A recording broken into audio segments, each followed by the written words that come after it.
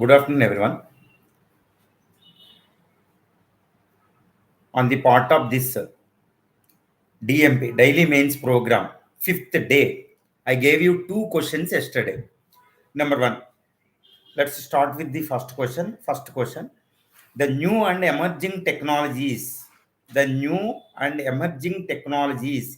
are becoming challenges and making irrelevant the geographical boundaries, sovereignty, national state, national laws and regulations. Explain and suggest measures to face such unavoidable challenges. Okay, Nandi? As far as this any question is concerned, every question contains 5 elements, 5 components. Number 1 is a task words or else question tags. Look at the question tags here. Number 1 is explain. Explain is the question tag or else a task word. Task word is nothing but what you have to do with this question, what kind of answer we have to produce. That's what explain. Explain is nothing but to give the reasons with description. Explain is nothing but to give the reasons for the description. So now we have to give the reasons with the description. See, look at what kind of, for which we have to give the reasons.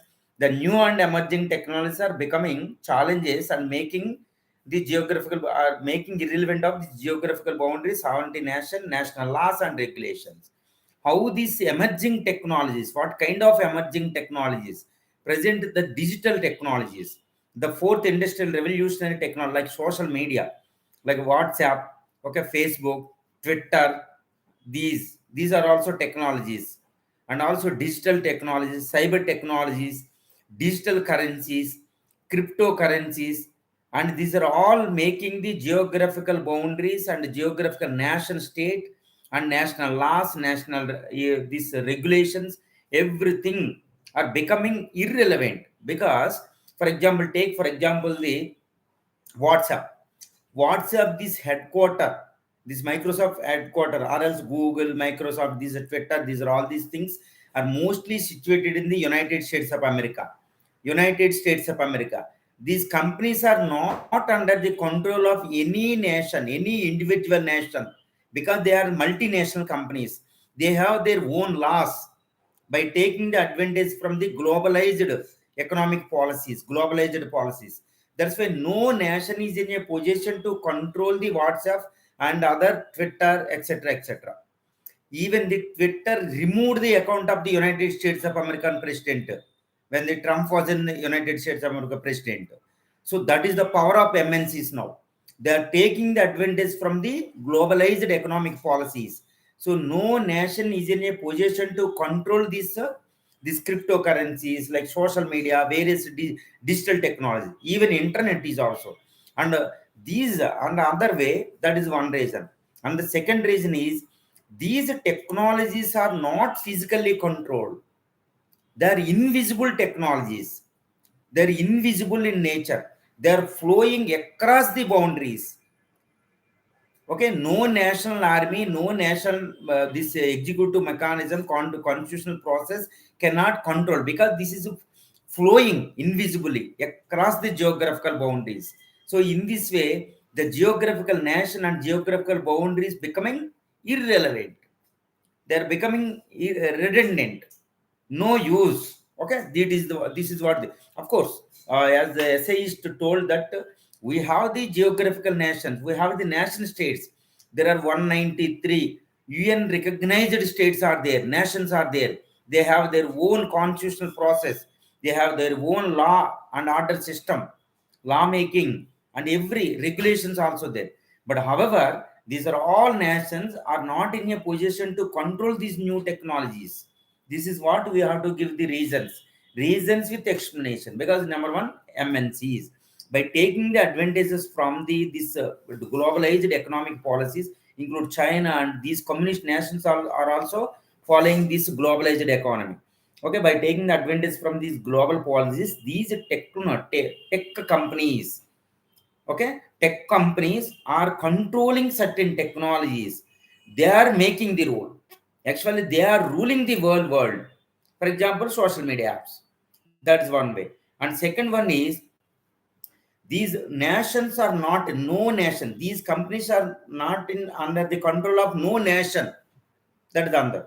And third reason is we have to give the explanation for this one. We have to expand or describe them. Third reason is these are not physical assets. These are invisible in nature. Internet, okay, social media, digital in nature, digital flow. Okay, they are flowing across the boundaries, across the geographical boundaries, across the continents. So across this, that's why these nation states are not in a position to control them. For example, data protection acts, etc., came up to control them and suggest the measures to face such unavoidable challenges. Though these technologies are very important and unavoidable, I used the word this unavoidable because no nation cannot control them, should not control them, cannot control them, should not. Of course, China, such Iran, such nations, autocratic nations are controlling this, WhatsApp, etc., etc. But however, they have their own because they are unavoidable. Because every nation should follow the other community of the nation for the economic purpose, etc. Because these are the symbols of the industry 4.0, fourth industrial revolution. Because of these digital technologies, that's why for the survival of the economy, for modernizing of their economy, these are unavoidable. However, we have some certain challenges. What are the challenges? You have to explain certain challenges like with commas within one sentence, 1 to 3 sentences. You have to spend for these challenges. What challenges? Some security challenges like cyber attacks, okay, and use terrorism, terrorist. For example, ISIS. It is used these technologies to raise the terrorism in the West Asia, to control them whole world. The major powers are fighting in the this Syria. ISIS become the Syria Adda. Okay, Syria is become the Adda of the ISIS. IS is taking the advantage from this all technologies, even bomb making also. This bomb making is available to all people across the globe because of the taking the advantage. So see, in this way, terrorism, cyber attacks, now hybrid war, which is going on in Russia, Ukraine, we can see these are all the disadvantages from this one. And privacy, violation of the privacy, okay, human rights violation. So these are all are the challenges out of this one. Only few challenges only. So suggest the suitable measures to face such unavoidable challenges. Okay, this essay is also given certain things as a being a president of the G20. India should take up such measures. Okay, number one, whatever the measures we have taken, that should be taken not by any single nation, cannot take it. That's why the global effort, the collective global efforts are very important to control such acts because US cannot control. For example, AI, artificial intelligence come up. This Chat GPT 4, Excel, Bard from the Google, etc., came up. So everybody is fearing. Nobody, but no country is in a position to control them. So global efforts are important. For example, as far as the AI is concerned, United States of America is ready to control, to regulating such AI, the development of AI for the next generation, or taking, giving certain space to prepare for to face the challenges coming out of this AI. But what about China? China is not controlling it. That's why US is not able to controlling it, not willing to control the AI developmental process. So in this way, the global efforts are very important to control this data, the cyber attacks, the internet regulation, AI regulation. These are all should be at the global level. So that is one suitable measure. Or else at the global bodies like United Nations Organization, or else WTO, etc., some other global technological agencies must take up this action instead of this individual nation state, so that we can effectively control this one. Because the MNCs are taking the advantage from this individual nations laws. They are not in a position. That's a global effort. They can't avoid them. So suitable suggestion is global efforts, the collective global regulation mechanism for each and every modern technology. For example, data processing. For example, as far as our India's Aadhaar data, they companies are also our companies storing the data is outside of the Indian sovereign state. So it is the against Indian sovereignty, is the threat to Indian sovereignty. That's why India take up this data protection acts. According to the data protection acts, that's every company, those who are controlling their data should be protected, should be stored in India itself. Okay, that's what. In that way, any country can take up these measures. And as far as China is concerned, China has its own this Google and Microsoft parallels, Baidu, etc., etc. As far as India is concerned, India is using it because it's a democratic nation. It is not imposing any conditions on the civil rights and the citizens' rights. That's why it is opened up. That's why India is facing more challenges compared to China. That's why India is taking up this data protection act, cyber anti-cyber teams led by intelligence forces, coordination among the defense and these forces. This is at individual level, suitable measures important, and at a global level, we have to encourage the other nations to come to the table and to discuss and to bring about the certain regulation to control and to face such challenges. But these are unavoidable. Okay, in that way we have to discuss, the explain, give reasons with explanation. That's what explain. Next one, suitable suggestion. Next, second question. As far as the second question is concerned, this is also from related to economy. The source, the Hindu main page news. Monsoons stares at cyclone. Okay, this is not other question. Discuss the feasibility to reach India's global energy pledges. Discuss the feasibility to reach India's global energy pledges. Discuss. Here, the immediately you should not look at the subject. Look at the question tag. Discuss. What do you mean by discuss? There are around 27 to 30 question tags also there as far as the UPSC examination is concerned. Out of them, the most important word is discuss. What do you mean by discuss? Discuss is nothing but look at that issue or analyze that issue in 360 degrees angle. Okay, 360, socio-economic, political, cultural, psychological, philosophical, science and technology, etc., etc., even in historical, geographical as well. And discuss feasibility to reach India's global energy security. This topic is come under the environmental issue, the GS third paper. Okay, environmental issue. As far as the environmental issue is concerned, this discuss. So you have to analyze within the discuss, within the fold of environment, we have to analyze, and we have to link this environment with the economy, political, philosophical, cultural, etc. Because the environment is not, in order to protect the environment, this political dimension, economical dimension, environmental, every dimensionally, efforts from all dimensions, very important. That's why we have to use the word discuss, not other word. Here, the appropriate word is discuss. Okay, feasibility to reach India's global energy pledges. Okay, on the part of the global efforts, as a responsible nation, India committed certain global pledges or committed certain commitments as a part of this ongoing United UNFCC, United Nations Framework Convention on Climate Change, and other COP21 and Paris Climatic Agreements, COP15. That was okay. Under its part, India, as a responsible nation, gave pledges to the global community and to protect, to preserve itself. The global pledges, especially there are two pledges. The number one is by 2017, zero emissions by 2070. That was one commitment. That is one commitment.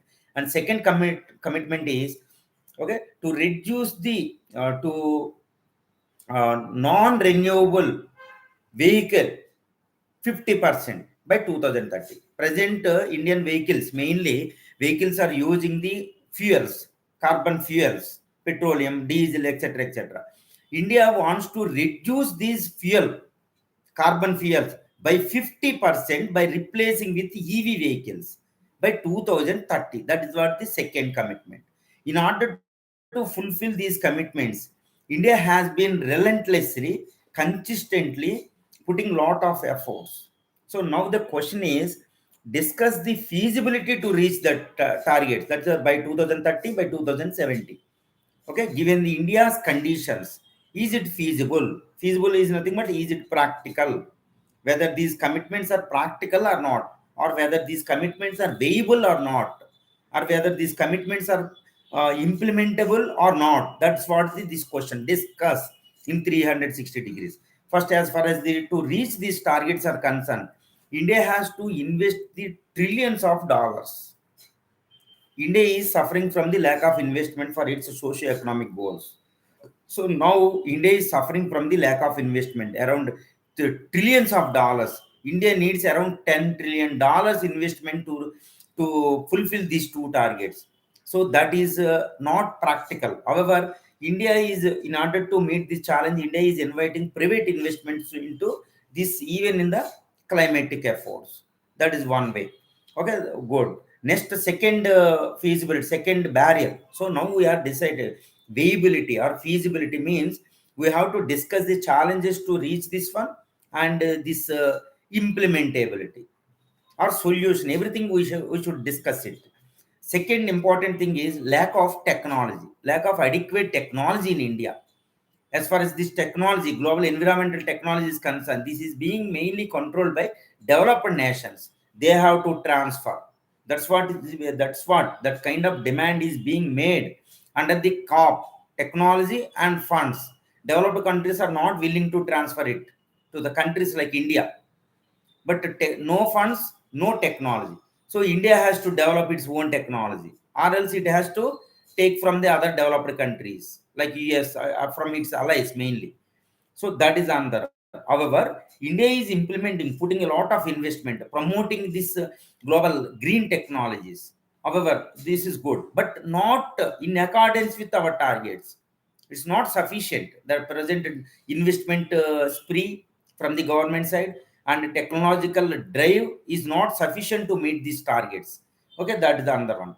However, the India is actively participating in the global efforts. Okay, that's good. So that there is a possibility to reach these targets. And as far as the renewable energy mission, it's a renewable energy mission. As far as the India's renewable energy mission is concerned, India's renewable energy target is 175 gigawatt energy by 2035 25 itself. But India has been succeeding in this one. In order to fulfill this task, India started under International Solar Alliance global efforts. So, and its wind energy mission, and EV policy. For example, last budget, India declared, the Minister of Finance declared the EV swap policy and more concessions, more subsidies to promote the manufacturing of the EV vehicles. These are all the targets. So India has been doing a lot of good, very commendable task according to global some survey organizations also. India has been doing very well, but not sufficient to meet these targets given the vibrancy of the Indian economy, given the expanding the level of the scale of the Indian economy, and it's global and the fastest growing economy. Number one. Number two is India is going to become the second largest economy by 2047. By 2070, or in between 2070 and 2080, it is going to become the first largest economy, even beating the China. So, given these predictions, the present efforts are not sufficient enough. So, India has to should double its efforts in order to fulfill this task. And India's green mission and expansion of its forests is also not expected level. That is also important. And also, instead of this one, and as far as the certain measures is concerned, India should improve its green by improving certain policies like social forestry, agroforestry, and drought prone area developmental programs, and go give more focus on the life. Okay, life that measures the Indian government proposed to this one, and its mangroves alliance along with the UAE and Australia, etc., and global efforts. These are very important. And according to such recent Minister of Energy and Minister of Finance, etc., India is the second coal consuming country next to China. So this coal consumption may continue up to 2050 2070 also. So this is the main barrier. So that's why India should reduces its coal consumption by improving its non renewable energies, renewable energy mix. like nuclear energy and wind energy, solar energy, etc., etc. So this is what. However, though it appears to be feasible, okay, the consistent and determined efforts from the government side with the global, by taking the help from the global side, is very important to reach the two targets: number one by 2030, number two by 2080. However, it is appears to be feasible, but it needs consistent efforts. In that way, we have to give the conclusion for this question. Thank you very much.